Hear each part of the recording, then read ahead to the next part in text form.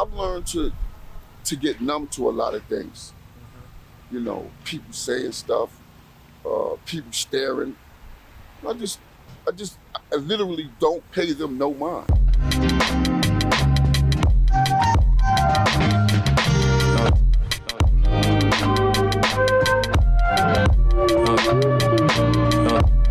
So here we are in Brooklyn, New York. We're here with the man that wants to remain anonymous. For those who don't know, this will be a part 2 of this anonymous man. I will put a link in the bio. I'll put a description in the bio to let you know how to get to his first interview. But he wants to remain anonymous, and we're just going to proceed with what he was telling us in the last interview. So, sir, are you homeless? Yes. How long have you been homeless for? Now, about close to a year, going on a year now. Going on a year. So, remind us again, where are you from? I'm originally from Brooklyn, New York. From Brooklyn, New York. Yeah. And just to say again, how did you become homeless? Well, I left New York real quick. I went to Maryland and stayed in Maryland for a good while. And I came back with the promise of a job that fell through. And when the job fell through, I had to go to the shelter. Then COVID came and things got a little hectic. So that's where, I got to where I'm at right now. So I'm looking, I found you, I spotted you. So I know now it's winter time. Yeah. And it's getting colder and colder and colder. Yeah, it is. And especially in New York, like the winters are extra cold. Mm-hmm. This week is like 30s and 40s, and it's gonna be 20s. Right. So what do you do to prepare for that in the Well, cold? I usually, I try to come out and, make my little bit of change so I can get something to eat. And then what I do is I neither get on the train or the platform or whatever to try to stay warm when it gets really, really bone chilling out here. Because it do get cold, especially when it's raining and it's cold. Like, it can be really bad. It can be really bad. So that's where I end up at, on the train. And what do you do to stay warm?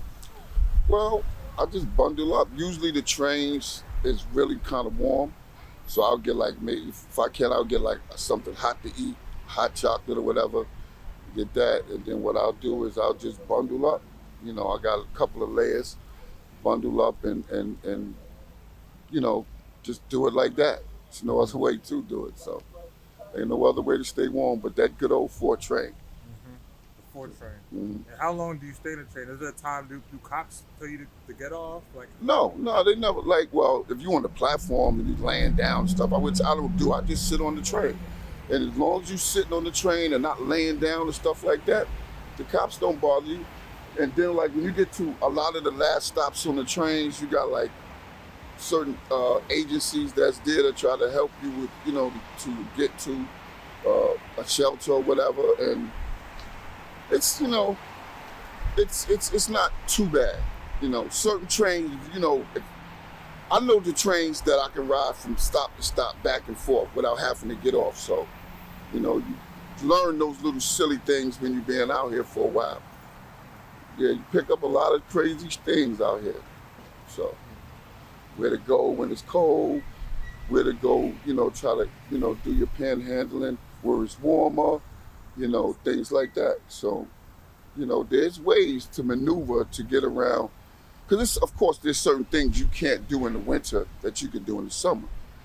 Sometimes you might sleep on the park bench or you might do this or do that. I mean, it's not the best thing in the world, but, ain't nobody want to be in a place where somebody might walk up and bust your head open or do something to you and stuff like that. So you try to maintain to the best of your ability. I get someplace on the train, I know I'm pretty much safe.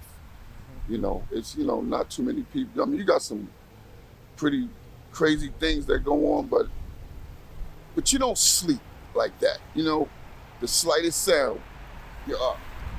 You learn to sleep with really one eye open. You can't get comfortable. It's, some people can do it. I just can't because, hearing some of the things that happen on the train, my conscience is just, so any noise, any unfamiliar noise, I'm up. So, and basically that's it. The only way around it. when you sleep on the train, you usually try to go towards the end, right? Yeah. You don't want to sleep in the middle. You want to stay as far. Right. Stay as far, because you don't want people walking back and forth across you. And it's believe it or I mean, and to be honest with you, a lot of people don't like that either. So I sit in the corner, so nobody bothers me. I don't bother them, and it's pretty much that way all the time. So tell me about let's go back a little bit. Mm-hmm. If you remember your first day, your first night sleeping as a homeless person, like first night. It was so scary because I had never been in that situation. You know what I'm saying? Like, I've been with friends and we might have, when we was younger, sat on the stoop and got drunk and dozed off. But being out here knowing that there's nowhere to go, nothing to do, and it was scary. It was really scary. But I think, to be honest with you, after like about a couple of days, I started picking up on, where to be, where to go, what not to do, what to do, who to be around, who not to be around. And it got a little bit easier in this time. And, you meet people and they tell you where to go get something to eat, where to go do this, where you can go take a shower, and it got a little bit better. But that first night, I ain't gonna lie, it was like being a kid lost without his parents. And it was scary. It was scary. Where did you sleep your first night? The first night, I believe, because it was kind of cool. It wasn't cold, but it wasn't, I think it was a building on the steps, and one of the buildings that's not too frequent with people, and I said, on the steps. And that was it. And I want to talk about something that may be a little controversial. Mm-hmm. So here we are in Crown Heights. For those of you who don't know, in this area of Crown Heights, it's a big Jewish community. Yeah. And what I noticed from doing the interview is that 100%, 99% of the homeless people are black. Mm-hmm. And how do you feel like being in like this area? It's like it's a big Jewish community. Believe it or not. How do you feel about like all the people homeless being black and then living amongst like the Jewish community? Well, technically, across Eastern Parkway is like more of the Jewish community. This is predominantly black. Once you cross Eastern Parkway, but to be honest with you, when you're out here, you have no choice but to deal with whoever's here, whether it be people of Jewish nature or black, Spanish, white. It don't matter. I'm gonna be honest with you. People don't treat me, bad because they know I don't steal. They know I'm not robbing nobody. They know I do my little panhandling. I get my money. I get my food. I sit here. I don't bother nobody. So, nobody bothers me. Nobody, like people. Of course, people gonna stare if they see you sitting there sleeping. Whatever. But I've learned to get numb to a lot of things. People saying stuff, people staring. I literally don't pay them no mind. I've learned to blank people out, which could be a good thing. It's not a good thing if you're amongst people, but when you out here and you by yourself, you gotta learn to ignore some things, swallow your pride, get very, very humble to the point where it's like, not soft, you know what I mean? Because if I have to do what I have to do, I'm gonna do what I gotta do. I'm gonna protect me by any means necessary. That's first and foremost. But I've never really had an incident where people have tried to harm me or hurt me or nothing like that. So it's pretty level with the Jewish community and the rest of the community. They don't bother me. So you've never been attacked, you've never been robbed or anything? No, not me personally, no. But I know of people who have been. But I've never been in a situation where I've had to defend myself physically for anything, no. So I want to get a little more personal, just to say, in a different world, this is not happening. Homelessness is not a part of your life. What are some hobbies or interests and passions? I'm an avid book reader. Avid, big book reader. I like movies, but to me, I think you can't get everything from a book in a movie. And a lot of times, like if I read a book and I see the movie come out, I won't even go see the movie because I know there's going to be a lot less things. I'm a diehard Knicks fan, Giant fan, Mets fan. I love sports, and that's what I probably would be doing. A lot of going to the games, like go to book reading, stuff like that. I wasn't a club person. I used to go to a poem club back in the day. But yeah, most of my thing is reading and sports. What do you say? Give me 3 of your favorite sports teams and 3 of your favorite books. My 3 favorite sports teams, of course, the Knicks, the Giants, and the Mets. You're a real New Yorker. You gotta say that. Yes. There was a book by what's her name? She was the rapper, and she Sister Soldier. Yeah, The Coldest Winter Ever. One of the best books I've ever read in my life. I had a Dean Koontz book called Twilight Eyes, and Anne Rice, Queen of the Dam. Best 3 books I ever read. Do you still do any? When the last time you read, do you still do any reading now? Yeah, I got a new one over here. It's kind of beat up, but where is it? My book. But I just finished another Dean Koontz book. And somebody gave me, where is this? Where's my book? It's somewhere in there. But yeah, I always have a book to read. That's always have a book to read. And then I get the newspaper, whatever. So. And that's what keeps you, like, to pass the time and everything. Yeah. And you keep sharp with that. Yeah. So. Always.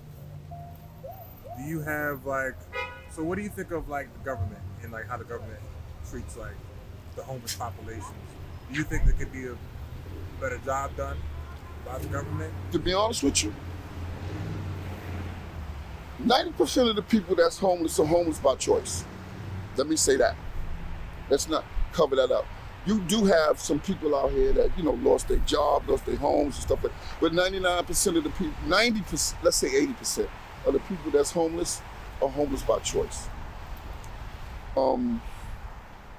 When I say that, what I mean is the government, homelessness is always going to exist, especially in places like New York where the prices is just ridiculous. Like a studio apartment is $1,500, right on Lincoln Place, right around the corner. Houses is $6-7 million. These houses up here, right here on Eastern Parkway, $7-8 million. Even the train is getting to the point where they're about to raise probably to $3. And people think, I'm 54. I remember when the train was 90 cents. Actually, I remember when the train was 75 cents, 60 cents. And it's like, it's just too expensive. And certain other places you go to, like the retirement states, it's not that it's that expensive, but you have to have money to survive. But New York, but I'm gonna tell you though, there's no place in the world better for a person in this situation than New York. Nowhere. I don't care where you go. And a lot of people that's here, that's homeless, ain't from here. A lot of them are from Jersey. A lot is from Jersey. When I say the Jersey homelessness situation, they don't have the options we have here, like the churches, the pantries, sometimes people helping, the little odd jobs and things of that nature. But yeah, it's the government can do whatever they want to do, however they want to do it. They can spend billions of dollars. Homelessness is not going to stop, because at the end of the day, you spend billions of dollars to help people get to a point to where they're in a shelter and they feel so threatened that they don't even want to be there no more. So what's the purpose of building it? And then a lot of times in the shelters, a lot of the security or the people that run it, they part of the problem. They get to the point where they're power hungry, or they the ones selling drugs, or they the one beating up people, or people feel so threatened by security, that they don't even want to be bothered. So this is why the homelessness situation is so bad. And this is why, You don't want to see nobody sleeping on the floor. You don't want to see no. I don't. Even I don't. I don't. I don't want to see nobody in a bad situation. But at the end of the day,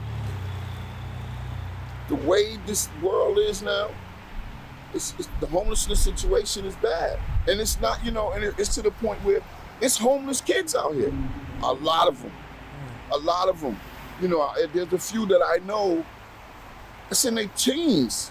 They homeless in the street. I don't know why. I don't ask it.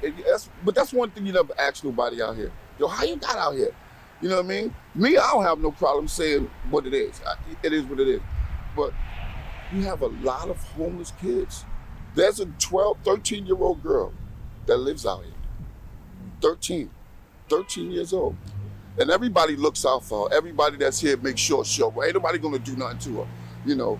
And stuff like that. But that's how bad it is. It's bad. It's bad. But, what can you do? Try to hope for the best. Get to the point where you can do certain things and get a better aspect, and maybe get some type of stepping stone and get to where you got to go. Because this is not a forever thing for nobody. It doesn't have to be a forever thing. All you need is that niche, that one person to say, well, you know what, man, I got a place for you. I got a job for you. And that's all it takes. It ain't a major thing. Oh, I gotta go to college. No, you ain't gotta. Going to college is great. You know what I mean? But at the end of the day, if you can't afford college, there's a way to make it in this world. There is a way. Sometimes it takes a little time to get to where you gotta go. But once you get there, you don't go back.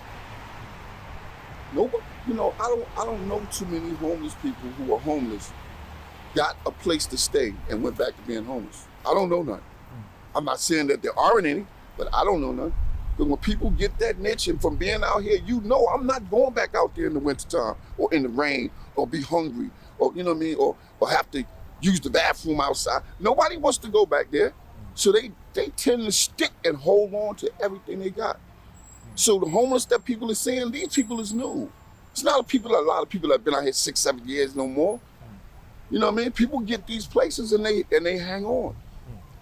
Because you know what it's like not to have. You know what it's like to be sitting out here in the summer when it's 99 degrees, sweating like a fugitive, or being out here bundled up in the winter in the cold. You're not trying to go back there. So you hang on and hold on to anything, everything that you get. That's just how it is here. Thank you for sharing that. You've been seen and be heard again. Thank you again for sharing your thoughts. Do you have anything, I have to wrap this up. Do you have anything, last words you want to say to the world, to the internet? Please don't think that every homeless person is a drug addict, derelict, or anything like that. Sometimes people just in a situation where they're in, unfortunately they there, but when they get there and they experience it, and when they get that opportunity, they ain't coming back. That's it. Thank you so much. You're welcome.